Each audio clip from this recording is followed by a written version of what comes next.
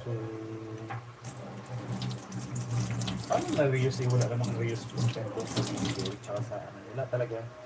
Naalala namin yung live stream, puro pa lang screencast. So, ang ginawa nila is nag-create sila ng appeal to video, 5 minutes. May explain ka doon. I-send mo rin kay YouTube yun. I-send mo doon sa ano. Asahin mo lahat, dami mong details na babasahin. Yung sa about sa CapCut, and then kung saan ka nag-video, saan ka nag-edit na apps, bawa CapCut or something, anong klaseng editor na ginagamit mo, and then yung phone na ginagamit mo, and then yung area na ginagawa mo ng video. Yung URL mo number, ibabasahin mo pa rin yun. English lahat yun, walang Tagalog.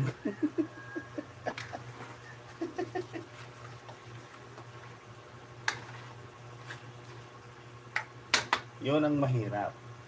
Kaya magsabing ba, wala man sa ano, hindi nagbabasa yun. Noon, medyo ayaw niya ng gano'n. Pero ngayon kasi puro gera sa ibang bansa. So, ang YouTube nag-higpit. Kasi maray mo terorista ka, so gumagawa ka ng account para ma-access mo yung ibang ano, bla bla bla. So, ang ginawa nila, higpit ang YouTube pagdating sa mga monetization package ng kanyang ano, tauhan niya. Ngayon sabi, magla-live ka for watch hours, tapos hindi ka magpapakita. Sabi, good luck mo lang sa'yo.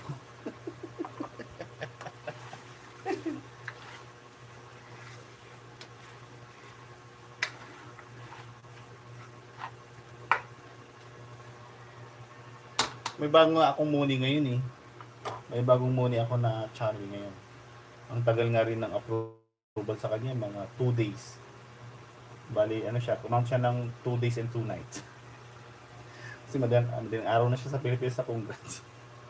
Tawa ng tawa, inaayos yung video, nire-review ko yung YouTube channel. Eh. Wala namang violation. Meron siyang konting sablay sa shorts.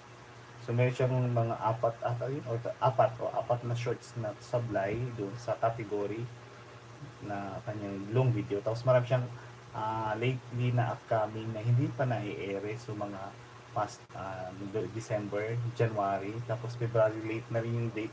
Ang ginawa, nilinis ko, pinag-remove ko lahat yun. And then, kinabukasan, saka siya na-approve. Kasi ang monetization kasi, mabagal. Mabagal kay Ate Malu ang pasok ng WH kasi nga walang tumutulong.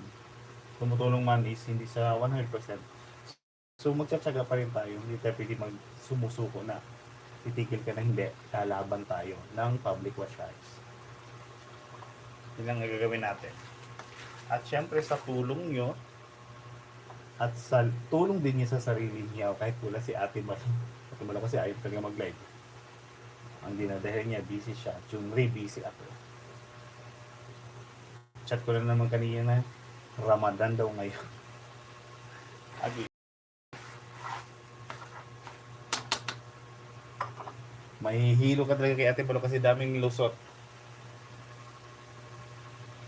Ang dami niyang dami niyang rason. Pwede pang hinaan. Go pa rin tayo. Italo ads pa sa dugo.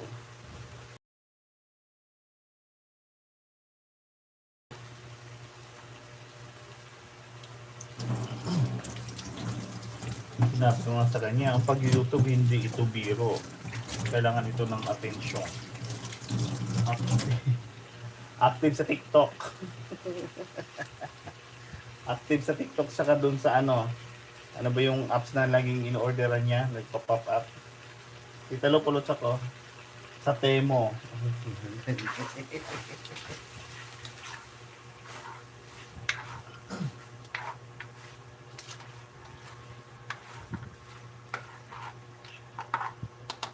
Makikita mo sa TikTok niya, active siya doon. Saka doon sa Temo apps niya na order, all the receipt, order going, order and coming. I just ko sa title nito dahil.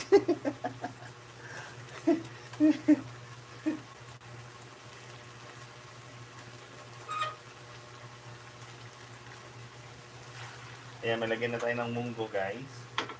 Kasi